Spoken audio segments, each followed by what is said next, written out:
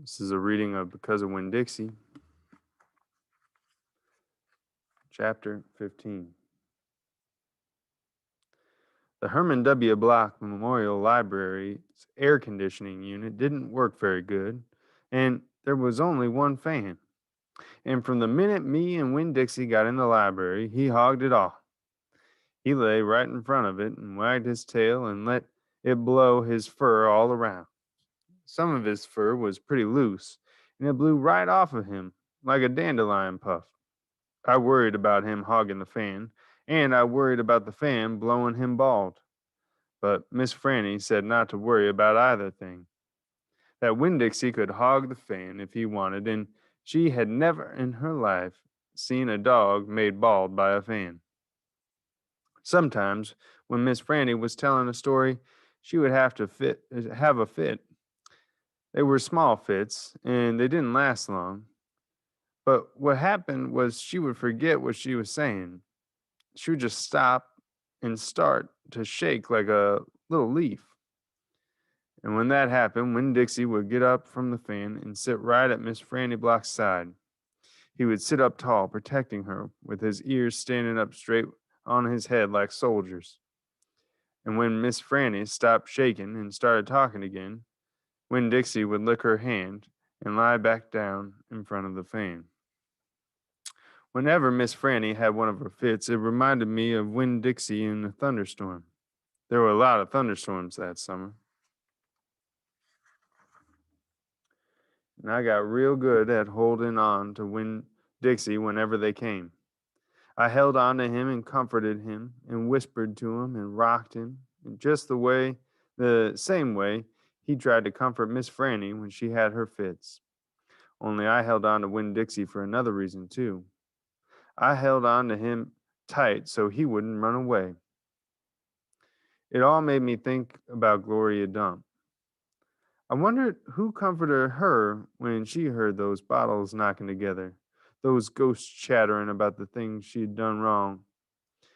I wanted to comfort Gloria Dump, and I decided that the best way to do that would be to read her a book, read it to her loud enough to keep the ghosts away. And so I asked Miss Franny, I said, Miss Franny, I've got a grown up friend whose eyes are going on her, and I would like to read her a book out loud. Do you have any suggestions? Suggestions? Miss Franny said. Yes, ma'am, I have suggestions. Of course I have suggestions. How about Gone with the Wind? What's that about? I asked her.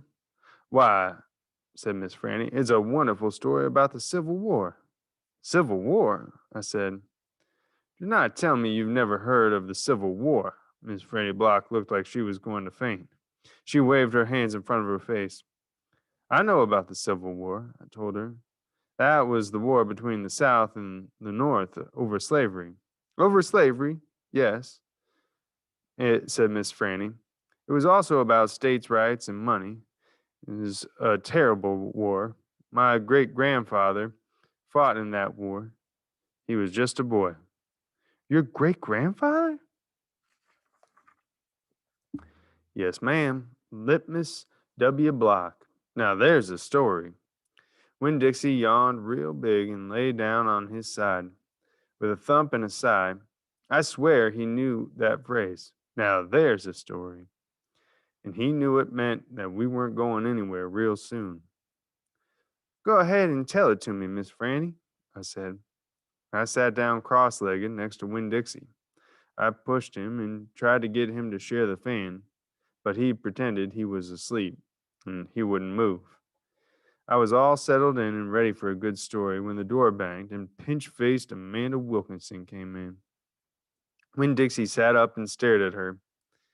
He tried out a smile on her, but she didn't smile back, so he laid down again. I'm ready for another book, Amanda said, slamming her book down on Miss Franny's desk. Well, said Miss Franny, maybe you wouldn't mind waiting. I'm telling India Opal a story about my great-grandfather. You are, of course, more than welcome to listen. It will be just 1 minute. Amanda sighed, a real big dramatic sigh, and stared past me. She pretended like she wasn't interested, but she was, I could tell. Sit over here, said Miss Franny. I'll stand, thank you, said Amanda. Suit yourself, Miss Franny shrugged. Now, where was I? Oh, yes, litmus. Litmus W. Block.